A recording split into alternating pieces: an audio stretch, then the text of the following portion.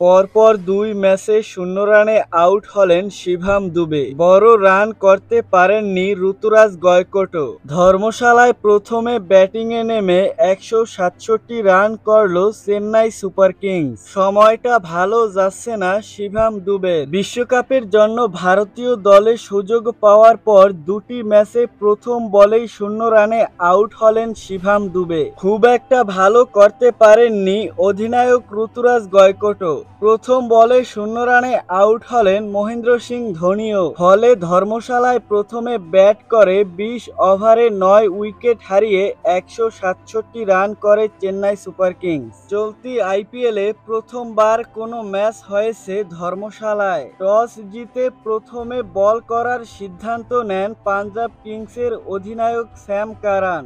আরও একটি ম্যাচে ওপেন করতে নেমে ব্যর্থ অভিজ্ঞ রাহানে। আজিঙ্কিয়া রাহানে করেন ৭ বলে ৯ রান। ঋতুরাজ গয়কোট করেন ২১ বলে ৩২ রান। ডেইল মিচেল করেন ১৯ বলে ৩০ রান। চেন্নাই ইনিংসের হয়ে সর্বোচ্চ রান করেন রবীন্দ্র জাদেজা। তিনি খেলেন ২৬ বলে ৪৩ রানের ইনিংস। দলের সম্মিলিত পারফরম্যান্সে ১৬৭ রানের লক্ষ্য দাঁড় করায় চেন্নাই সুপার কিংস।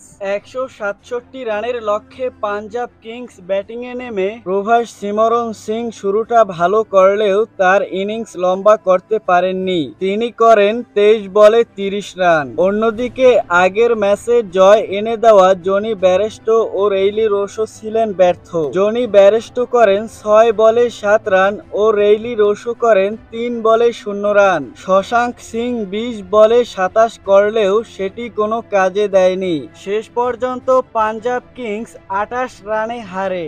তো দর্শক, ভিডিওটি সম্পর্কে আপনার মূল্যবান মতামত কমেন্টে লিখে জানাবেন। আর ক্রিকেট রিলেটেড যে কোনো আপডেট পেতে চ্যানেলটি সাবস্ক্রাইব করে পাশের বেল বাটনটি অন করে দিবেন।